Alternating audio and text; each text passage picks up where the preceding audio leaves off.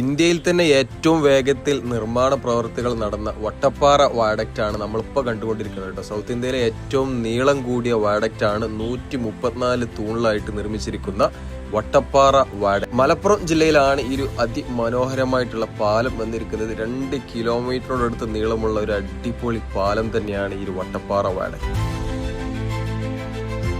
നമ്മൾ ഒരുപാട് തവണ ഇതിന്റെ വീഡിയോ നിങ്ങളിലേക്ക് എത്തിച്ചതാണ്. പക്ഷെ ഇന്ന് നമുക്ക് വട്ടപ്പാറ വയഡക്റ്റിന്റെ ആ ഒരു മനോഹരമായിട്ടുള്ള കാഴ്ചകളൊക്കെ ഒന്നുകൂടി ഒന്ന് ആസ്വദിക്കാം.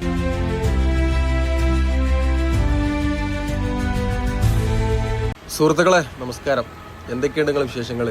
എല്ലാവർക്കും സുഖമാണെന്ന് കരുതുന്നു. കുറച്ച് ദിവസമായി നമ്മൾ വീഡിയോ ചെയ്തിട്ട്. ഞാൻ ഇപ്പോൾ ഉള്ളത് കോട്ടക്കൽ ബൈപ്പാസിലാട്ടോ. നമ്മൾ കോട്ടക്കൽ ബൈപ്പാസിലൂടെ വളാഞ്ചേരി ഭാഗത്തേക്ക് പോയിക്കൊണ്ടിരിക്കുകയാണ്. പിന്നെ ഇവിടെ ഒരു പുതിയൊരു സംഭവം വന്നിട്ടുണ്ട്. കോട്ടക്കൽ ബൈപ്പാസ് കഴിഞ്ഞ് നമ്മൾ ഈ ഒരു ചെനക്കൽ ഭാഗത്ത്, ഈ സ്വാഗതമാട് കഴിഞ്ഞ് ഈ ഒരു ചെനക്കൽ ഭാഗത്ത് പുതിയൊരു എക്സിറ്റ് വന്നിട്ടുണ്ട്. ഈ ചെനക്കൽ ഭാഗത്തേക്ക് പോകുന്ന വാഹനങ്ങളൊക്കെ മമ്മാലിപ്പടി എക്സിറ്റിൽ നിന്ന് ഇറങ്ങിയിട്ട് ഒരുപാട് കോട്ടക്കലുള്ള ടൗണിലുള്ള ബ്ലോക്കിലൊക്കെ പെട്ടിട്ടാണ് മുന്നോട്ട് കടന്നു പോയിരുന്നത്. ഈ ഒരു എക്സിറ്റ് വന്നത് എല്ലാം കൊണ്ടും മെച്ചാണ്. ഇവിടെ ഒരു എൻട്രി പോയിന്റ് ഉണ്ട്. ഈ ഒരു എൻട്രി പോയിന്റിലൂടെ ആളുകൾ റോങ് ആയിട്ട് എക്സിറ്റ് ആകാറുണ്ട്. പക്ഷെ ഇപ്പോൾ ആ ഒരു എക്സിറ്റ് വന്നതുകൊണ്ട് നല്ല മെച്ചമുണ്ട്. ഇവിടെ സമദാനി സാഹിബിന്റെ ബോർഡും കാര്യങ്ങളൊക്കെ വെച്ചിട്ടുണ്ട്. പൊന്നാനി മണ്ഡലത്തിലെ MP ആണ് സമദാനി സാഹിബ്. നമ്മൾ വെട്ടിച്ചിറ കഴിഞ്ഞിങ്ങനെ പോയിക്കൊണ്ടിരിക്കുകയാണ്. ഇവിടുത്തെ ഞങ്ങൾ വളാഞ്ചേരിയിലേക്കുള്ള എക്സിറ്റ്. 3 ആളച്ചാട്ടാ ചെക്കന്മാർ പോണ്. ഹെൽമെറ്റും ഇല്ല, 3 ഹെൽമെറ്റ് ഇല്ല.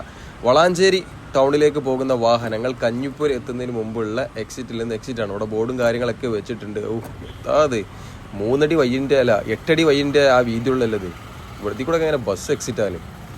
അപ്പോൾ ഇവിടെ നിന്ന് എക്സിറ്റ് ആയിട്ട് നമ്മൾ സർവീസ് റോഡിലൂടെ പോയിട്ട് കുറച്ച് സർക്കസ് കാണിക്കണം, എന്നാലേ വളാഞ്ചേരി കാവുമ്പുറം ഭാഗത്തേക്ക് എത്തുകയുള്ളൂ. ഇവിടുത്തെ സർവീസ് റോഡിൻ്റെ വീതിയൊക്കെയാണ് നിങ്ങൾ 2ാമത്തെ റീച്ച് ആട്ടോ. മലപ്പുറം ജില്ലയിലെ 2ാമത്തെ റീച്ചിലെ സർവീസ് റോഡിലൂടെയാണ് ഇപ്പോൾ നമ്മൾ പോയിക്കൊണ്ടിരിക്കുന്നത്. അതും KNR കമ്പനിയുടെ 2ാമത്തെ റീച്ചിലെ സർവീസ് റോഡിൻ്റെ വീതിയൊക്കെയാണ്.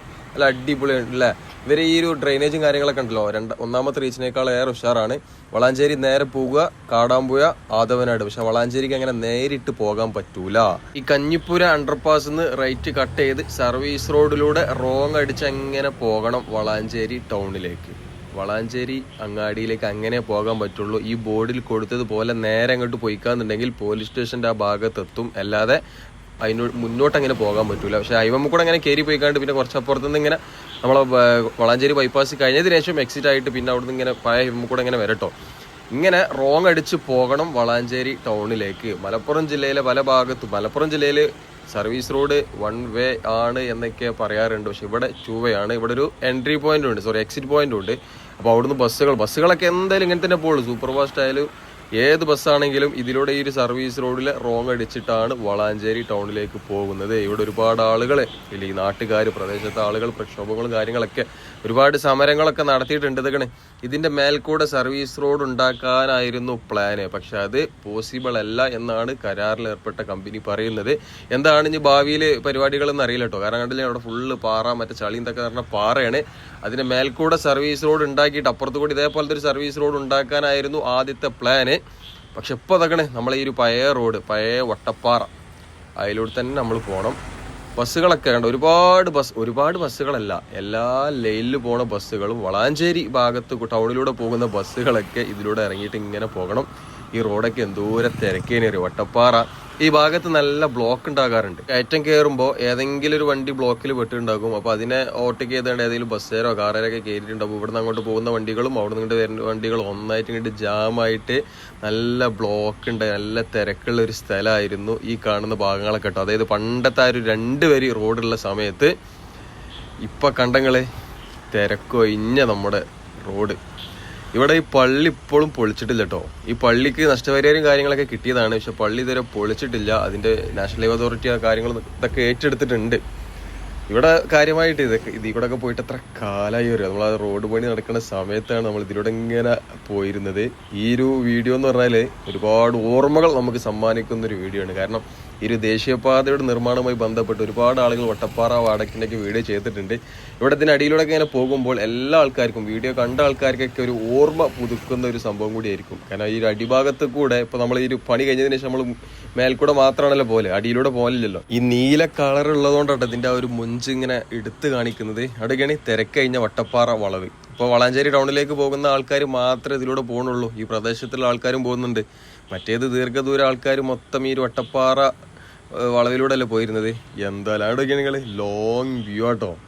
ഇവിടെയാണ് ഏറ്റവും ഉയരം കൂടുതലുള്ള തൂണുള്ളത്. 32 മീറ്റർ ആണ് ഈ കാണുന്ന തൂണുകളുടെ നീളം. എല്ലാം 32 അല്ല, 2-3 തൂണുകൾ 32 മീറ്റർ ഉയരമുണ്ട് ആ ഭാഗത്തിൽ. ഇവിടെയാണ് ഏറ്റവും കൂടുതൽ ഉയരമുള്ളത് കേട്ടോ. എന്തായാലേ ഇത്ര പോരെ വീഡിയോ നമ്മൾ ചെയ്തതാ. ഇതിൻ്റെ അടിഭാഗത്ത് കൂടെ ആ ചളിയിലും മഴത്തും ഒക്കെ പെട്ട് ഇപ്പോൾ കണ്ടെത്തി കൂടെ അങ്ങനെ പോകാൻ പറ്റില്ല. നമ്മൾ നേരെ മറ്റേത് വളാഞ്ചേരി ബ്ലോക്കൊക്കെ മേടിച്ച് നമ്മൾ ഇതിലൂടെ ഇങ്ങനെ കയറി വന്നിരുന്നത്. ഇപ്പം ലോറികളൊന്നും പോകാത്തതുകൊണ്ട് നല്ല രീതിയിൽ വെള്ളം ഒഴുകി പോയിട്ടുണ്ട്. ഇടയ്ക്ക് വലിയ തോട് പോലെ അയക്കണേ. ഞാൻ തന്നെ ഈ പാലത്തിൻ്റെ ഒരുപാട് വീഡിയോ ചെയ്തിട്ടുണ്ട്.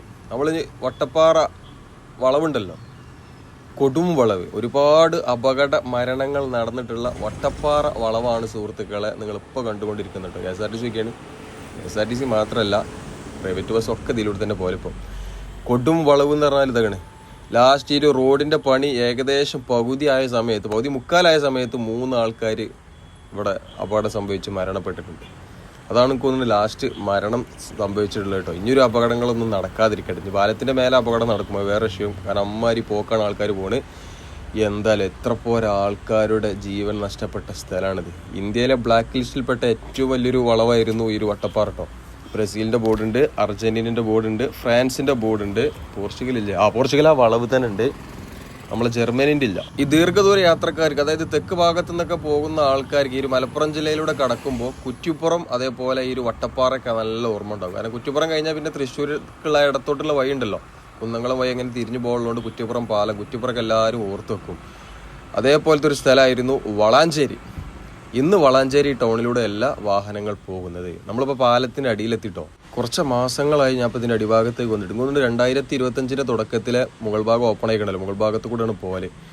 ഈ പള്ളിൻ്റെ പണിയൊക്കെ കഴിഞ്ഞിട്ടോ. അന്ന് ഈ ഒരു പള്ളിൻ്റെ പണി നടന്നുകൊണ്ടിരിക്കുകയാണ്. ഈ കാവുമ്പുറം റോഡിന് കുറുകെ, അല്ലെ കാവുമ്പുറം റോഡിൻ്റെ ആ ഭാഗത്താണ് ഈ പള്ളി ഉള്ളത്.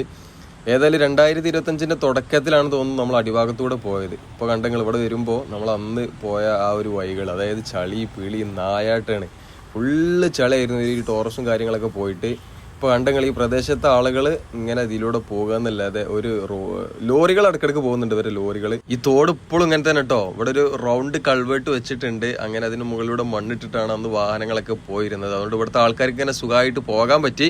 ഇവിടെ ആദ്യം പഞ്ചായത്ത് റോഡ് ഉണ്ടേനോ നിങ്ങൾക്ക് അറിയില്ല.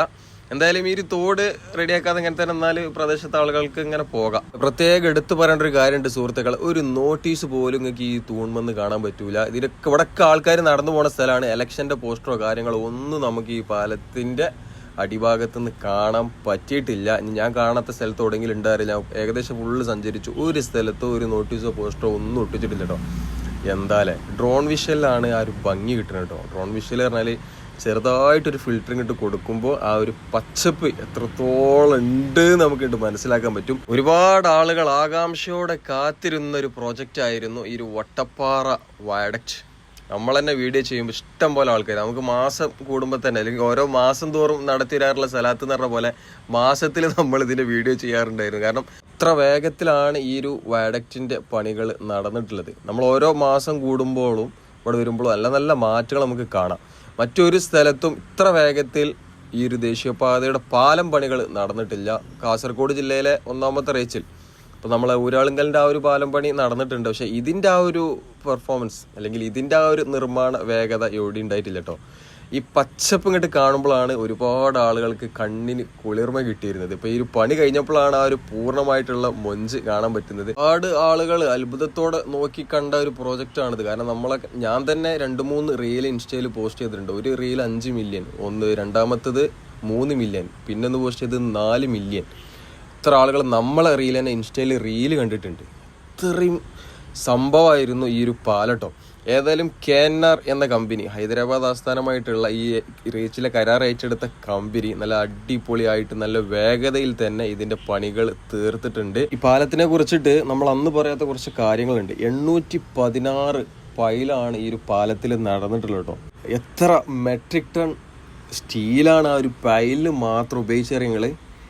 1116.1884 മെട്രിക് ടൺ സ്റ്റീലാണ് 816 പൈലിന് മാത്രം ചെലവഴിച്ചിട്ടുള്ളത്. അതേപോലെ പൈൽ ക്യാപ്പിന് 5078.797 മെട്രിക് ടൺ സ്റ്റീലാണ് ഉപയോഗിച്ചിട്ടുള്ളത്. കോൺക്രീറ്റിന്റെ കണക്ക് ഞാൻ പറയുന്നില്ല, സ്റ്റീൽ മാത്രം. അതായത് പൈലിനും പൈൽ ക്യാപ്പിനും 872 മെട്രിക് ടൺ സ്റ്റീലാണ് പിയർ ക്യാപ്പിന് ഉപയോഗിച്ചിട്ടുള്ളത് കേട്ടോ. 690 മെട്രിക് ടൺ ആണ് ഡയഫ്രാമിന് വേണ്ടി ഉപയോഗിച്ചിട്ടുള്ളത്.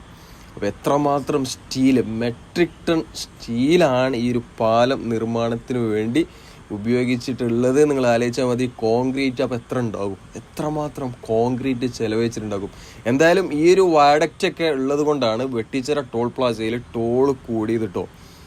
ആ ഒരു ഇതുള്ള കേരളത്തിൽ വേറൊരു കാര്യം കൂടി ഉണ്ട്.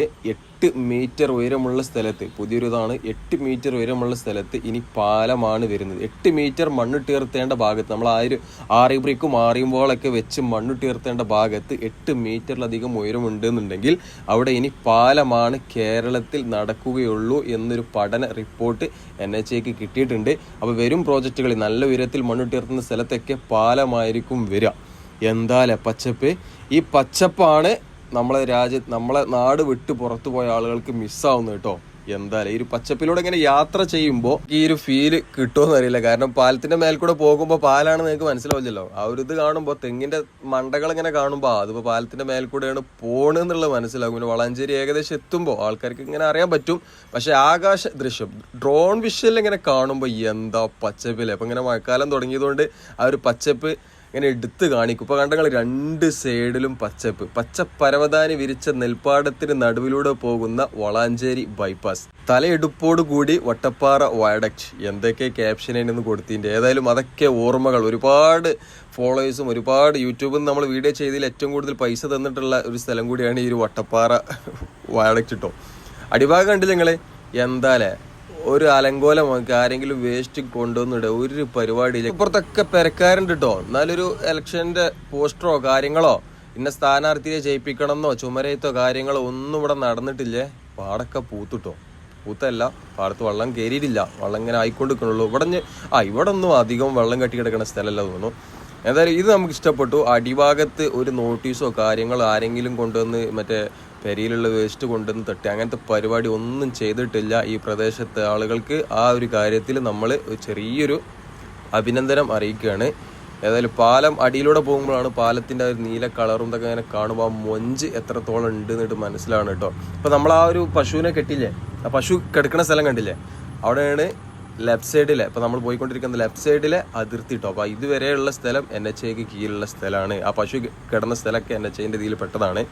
ഇവിടെയാണ് ഏറ്റവും ഉയരം കൂടിയ പിയർ ഉള്ളത് കേട്ടോ. 32 മീറ്റർ ഉയരമുള്ള തൂണുള്ള സ്ഥലമാണ് നമ്മളിപ്പോൾ കണ്ടുകൊണ്ടിരിക്കുന്നത്. തൂണിൻ്റെ ഉയരം മാത്രമാണ് 32 മീറ്റർ. 640 ഗഡറാണ് ഈ ഒരു പാലത്തിൽ ഉപയോഗിച്ചിട്ടുള്ളത് കേട്ടോ. സംഭവം ഏതായാലും ഇതിൻ്റെ നിർമ്മാണ പ്രവർത്തികൾ നമ്മൾ ഓരോ മാസം കൂടെ, അല്ലെങ്കിൽ ഇടയ്ക്കിടയ്ക്ക് 3 മാസം കൂടുമ്പോൾ ഞാൻ നിങ്ങളിലേക്ക് എത്തിച്ചിട്ടുണ്ട്. വളരെ വേഗത്തിലാണ് ഈ ഒരു പാലത്തിൻ്റെ പണികൾ നടന്നിട്ടുള്ളത്. അപ്പോൾ ഇതിങ്ങനെ കാണുമ്പോൾ നിങ്ങൾക്ക് ആ ഒരു പഴയ ഓർമ്മകളൊക്കെ നിങ്ങളെ മനസ്സിലേക്ക് വരും എന്ന് കരുതുന്നു. ഏതായാലും സുഹൃത്തുക്കളെ, ഇതായിരുന്നു ഇന്നത്തെ വീഡിയോ. നിങ്ങൾക്ക് ഇഷ്ടപ്പെട്ടുകയെന്നുണ്ടെങ്കിൽ ലൈക്ക് അടിക്കാൻ മറക്കണ്ട. പിന്നെ ചാനൽ സബ്സ്ക്രൈബ് ചെയ്ത ആൾക്കാരൊക്കെ ഒന്ന് സബ്സ്ക്രൈബ് ചെയ്തുകൊണ്ട് സപ്പോർട്ട് ചെയ്യട്ടോ. അപ്പോൾ ഇതേപോലത്തെ മനോഹരമായിട്ടുള്ള വീഡിയോകൾ ഇനിയും വരുന്നതായിരിക്കും. അപ്പോൾ okay, thanks for watching. X vibe, see you again.